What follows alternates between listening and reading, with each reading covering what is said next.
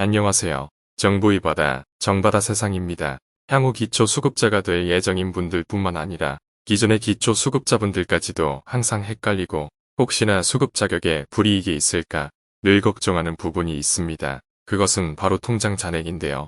하지만 기초수급의 특성상 상황이 여의치 않은 분들이 대다수이다 보니 관련 법과 제도에 대해 깊이 있게 알지 못하신 경우가 대부분입니다. 따라서 이번 영상을 통해 기초생활수급자분들의 통장 잔액과 관련된 몇 가지 이슈인 평소 통장 잔액을 얼마까지 갖고 있어도 수급비에 지장이 없는지와 대출을 통해 입금된 돈 그리고 일시적으로 잠깐 머물게 되는 큰 돈 마지막으로 타인으로부터 들어오는 비정기적인 돈에 관한 정보까지 함께 살펴보도록 하겠습니다.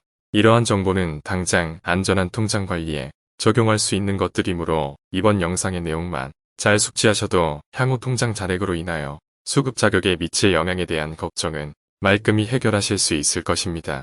자세한 내용에 앞서 구독과 좋아요 한 번만 눌러주시면 정말 감사하겠습니다. 수급자로 선정될 때도 중요하지만 수급자로서 자격을 잘 유지하기 위해서도 반드시 알아둬야 하는 것이 바로 소득 인정 행위입니다. 쉽게 얘기해서 소득과 재산 이 두 가지를 보겠다는 것이고, 소득이 갑작스러운 큰 증가가 없다면 재산 그 중에서도 돈의 출입이 가장 빈번한 통장 관리를 잘해야 합니다. 정부는 우리가 소유하고 있는 모든 재산의 가액을 그대로 재산의 소득 환산액으로 인정하지 않고 기본 재산액과 부채를 공제 즉 뺀 이후 각 재산의 종류에 맞는 소득 환산율이라는 것을 곱합니다. 복잡한 것은 됐고 통장 잔액과 관련하여 여기서 중요한 것은 바로 기본 재산액인데요. 우리가 가지고 있는 재산가액의 총합이 기본 재산액보다 적으면 재산의 소득 환산액은 0원으로 인정되며, 따라서 통장의 잔액이 이 범위 내로 있다면 수급 자격에 불이익이 있지 않을까 하는 불필요한 걱정은 하지 않아도 됩니다.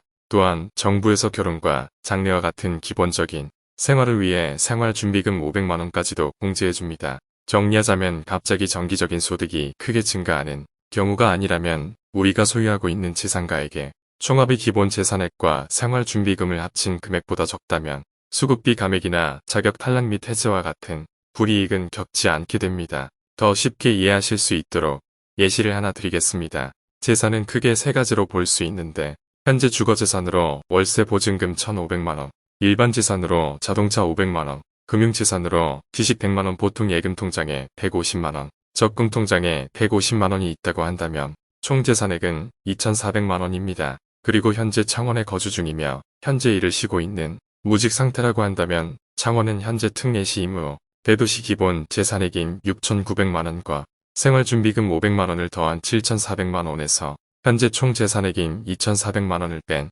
나머지 5천만원까지의 재산이 더 있어도 재산의 소득 환산액은 0원으로 유지됩니다. 즉 현 상황에서 통장 잔액으로 5천만원까지 더 있어도 수급비 감액이나 자격 해제와 같은 걱정은 하지 않아도 된다는 뜻입니다. 아울러 의료수급권의 기본 재산액은 더 낮게 적용됩니다. 그럼 대출을 받은 후 현재 대출금이 통장에 있는 경우에는 어떻게 되는 걸까요? 정부에서는 아까 말씀드린 공제액 중에 기본 재산액과 생활준비금 외로 부채 또한 재산의 소득 환산액에서 공제를 해줍니다. 다만 여기서 인정해주는 부채란 임대의 대가로 받은 보증금과 은행, 대출금, 주택연금, 공공기관에서의 대출 공제 외 대출금 등을 뜻하며, 개인 간의 부채, 즉 사채는 법원 판결문 화해 및 조정조사에 의한 사채와 같은 법적 효력이 있는 경우가 아니라면 인정되지 않습니다. 뿐만 아니라 마이너스 통장과 카드사에서 제공하는 카드론도 부채로 인정되지 않습니다. 그렇다면 대출금 외에 일시적으로 큰 돈을 통장에 잠깐 보관해 두었다가 빼는 것은 괜찮을까요? 재산의 총합이 기본 재산액과 생활준비금 합산액을 넘기지 않는다면 자신의 금융재산으로서 자신의 통장에 그것이 100만원이든 1천만원이든 이체하는 것은 수급 자격에 전혀 영향을 주지 않습니다. 하지만 타인으로부터 이체받은 목돈은 일시적이라고 하더라도 그 성격을 다르게 봅니다. 일반적으로 지인이나 친척 등으로부터 받은 돈은 사정 이전 소득으로 추정하기 때문입니다. 그렇다면 지인으로부터 통장에 돈을 받게 된다면 수급비가 깎이거나 자격에 영향을 줄까요? 먼저 타인으로부터 들어온 돈은 그것이 정기적인지 비정기적인지를 먼저 따져봅니다. 정기적인 지원은 조사 시점 기준으로 최근 1년 동안 수급권자가 6회 이상 지원받는 경우를 뜻합니다. 이때 월별 지원 금액 총합 즉 타인으로부터 받은 돈 월별 총합이 수급자 가구의 중위소득 15%를 넘길 시 초과 금액은 정기적인 사적 이전 소득으로 반영합니다. 쉬운 예로 1인 가구 수급자에게 지난 1년 동안 1월에서 2월 지인이 20만원씩 3에서 4월 친척이 30만원씩, 5월에서 6월 교회에서 50만원씩 총 6회의 지원을 받은 이력이 있다면 1월에서 4월은 모두 월별 지원 금액, 종합의 중위소득 15%인 48만 9,013원보다 적음으로 소득으로 반영하지 않고 5월에서 6월에는 월별 지원 금액이 각각 중위소득 15%에서 1만 987원씩 초과하기에 1만 987원 곱하기 2인 2만 1974원을 정기적인 사적 이전소득 총액으로 반영하고 이를 12개월로 나눈 1831원이 월 정기지원 사적 이전소득으로 반영하게 됩니다. 참고로 정기소득은 소득 부과한 후 1년까지만 유효하며 기관에서 1년이 지난 후 재조사하여 지속지원 사실이 확인되지 않을 시 삭제합니다. 그렇다면 정기적으로 말고 지인으로부터 1년에 6회 미만으로 돈을 받는다면 액수가 크든 작든 상관없을까요? 정부에선 이러한 지원 횟수는 적으나 1회당 지원 금액이 많을 경우 발생하는 문제를 방지하기 위해 1년에 6회 미만이라도 정기지원 사적 이전 소득으로 반영하는 금액의 합의 수급자 가구 기준 중위소득의 50%를 초과하는 금액은 전액 반영한다는 규정을 두고 있습니다. 쉬운 예로 2인 가구 수급자가 조사 시점 기준 지난 1년간 1월에서 3월까지 친척으로부터 각각 200만원씩 4월에 지인으로부터 50만원을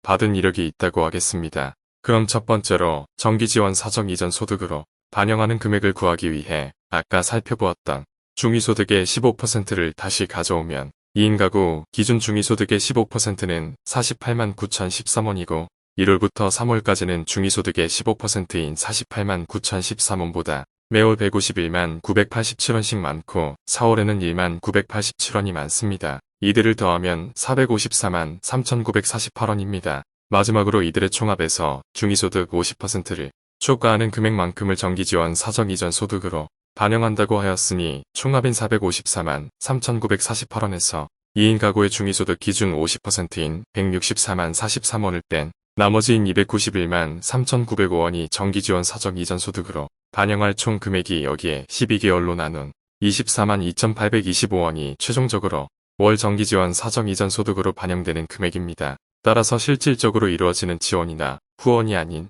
친인척이나 지인의 부탁으로 잠깐이라 하더라도 큰 돈을 맡게 되는 경우는 가급적 피하시는 것이 좋습니다. 단 일회성으로 지원받은 금액이 크더라도 임대보증금 마련이나 수술비 지원 등이 불가피한 지출로 사용 목적이 구체적으로 확인 가능한 경우에는 사적 이전 소득 반영에서 제외됩니다. 여러분은 이번 영상을 통해 기초수급비 및 자격 유지에서 예상치 못한 불이익을 방지하기 위해 기본 재산액을 아는 것이 매우 중요하다는 사실과 두루뭉술했던 통장거래 내역 의문에 대한 해결책을 확실히 알게 되셨을 것입니다. 당부드릴 것은 오늘 처음 알게 된 규정에 대해서는 누구든 처음부터 익숙하지 않은 것이 당연하니 헷갈릴 때쯤 한 번씩 본 영상을 다시 보신다면 향후 수급 자격에 불이익 없이 통장 관리를 하는데 많은 도움이 될 것입니다. 다음 영상에서도 더욱 알찬 정보로 찾아오겠습니다. 오늘 내용이 도움이 되셨다면 구독과 좋아요, 알림 설정 버튼을 눌러주시면 감사하겠습니다. 구독과 좋아요, 알림 설정은 다음 영상을 지속하는 데 큰 힘이 됩니다. 감사합니다.